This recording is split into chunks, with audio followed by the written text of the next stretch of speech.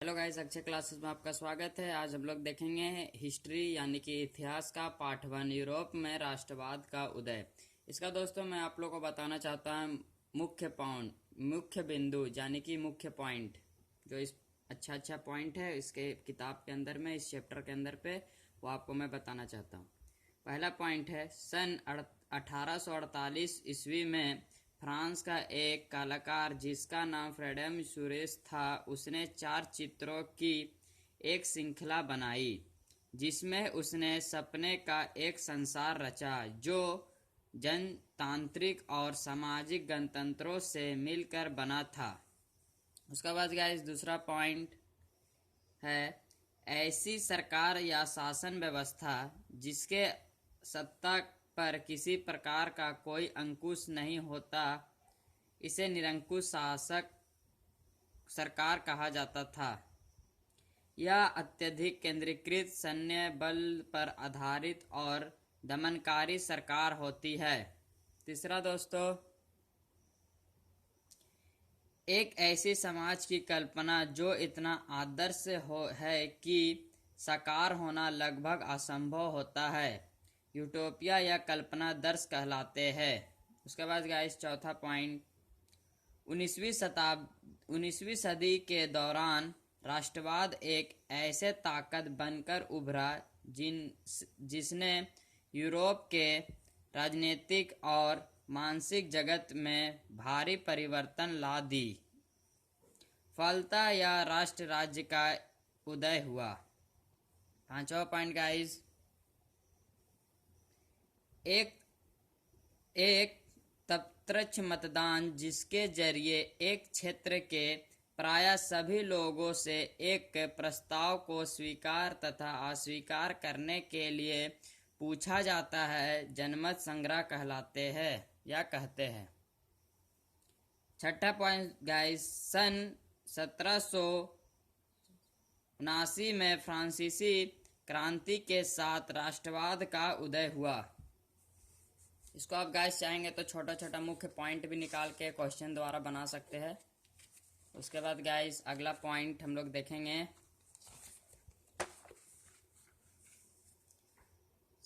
सातवां पॉइंट, पितृभूमि और नागरिक जैसे विचारों ने एक संयुक्त समुदाय के विचार पर जोर दिया जिसमें एक संविधान के अंतर्गत समाज अधिक अधिकार प्राप्त थे और एक नया फ्रांसीसी झंडा तिरंगा चुना गया जिसने राष्ट्रीय ध्वज का स्थान ली।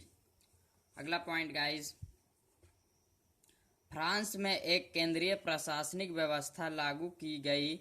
अपने भूभाग में रहने वाले सभी नागरिकों के लिए समान कानून बनाए, आयात निर्यात शुल्क समाप्त कर दिए गए और भार तथा नापने की व्यवस्था की गई।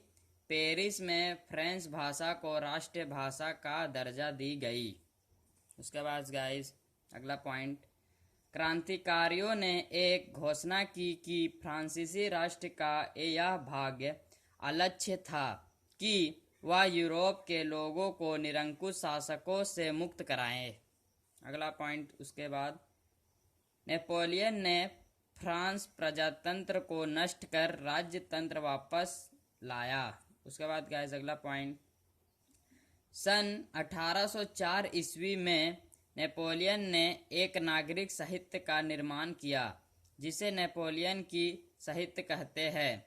उसने कानून के समक्ष बराबरी और संपत्ति के अधिकार को सुनिश्चित बनाया और डच गणतंत्र, रिश्व जनरेटल, इटली और जर्मनी में प्रशासनिक विभाजनों को सरल बनाया, समानती व्यवस्था को समाप्त किया, किसानों की दुर्दशा और जमींदारी शुल्कों से मुक्ति दिलाई, यातायात संचार व्यवस्थाओं में सुधार लाया। उसके बाद गाइस अगला पॉइंट, सन 1814 ईस्वी से 1815 में नेपोलियन का पतन शुरू हो गया था। उसके बाद सन 1859 से 1817 के बीच इटली का एक एकीकरण हुआ। उसके बाद गाइस 1866 से 1871 में जर्मनी का एकीकरण हुआ। उसके बाद गाइस विश्व में सर्वप्रथम इंग्लैंड में औद्योगिक क्रांति 18वीं सदी में शुरू हुई। उसके बाद उदारवाद शब्द लतीन भाषा के मूल लिब्रे पर आधारित है, जिसका अर्थ होता है आजाद, यानी कि आजादी। उसके बाद अगला पॉइंट गाइस, संपत्ति विहीन पुरुष और सभी महिलाओं को राज्य नीति अधिकारों से वंचित रखा गया। उसके बाद अगला पॉइंट गाइस, नेपोलियन के शासन काल के समय से पूर्व कपड़ों को नापने का पैमाना एले था, जिसकी लंबाई जगह बदलने के साथ घटती बढ़ती थी। उसके बाद अगला पॉइंट गाइस, ऐसा राजनीतिक दर्शन जो परंपरा स्थापित संस्थानों और रिवाजों पर बल देता है तथा तेज बदलावों की बजाय क्रमिक और धीरे धीरे विकास को प्राथमिकता देता है, रूढ़िवाद कहते हैं। इसके बाद गाइस सन 1815 में ब्रिटेन, रूस, फ्रांस और ऑस्ट्रेलिया जैसे यूरोपीय शक्ति ने मिलकर नेपोलियन को हराया था। उसके बाद गाइस अगला पॉइंट, 1815 की विनय संधि 1815 की विनय संधि तैयार की गई, जिसका मुख्य उद्देश्य था उन तमाम बदलावों को समाप्त करना जो नेपोलियन युद्ध के दौरान हुए थे। उसके बाद अगला पॉइंट देखेंगे गाइस हम लोग,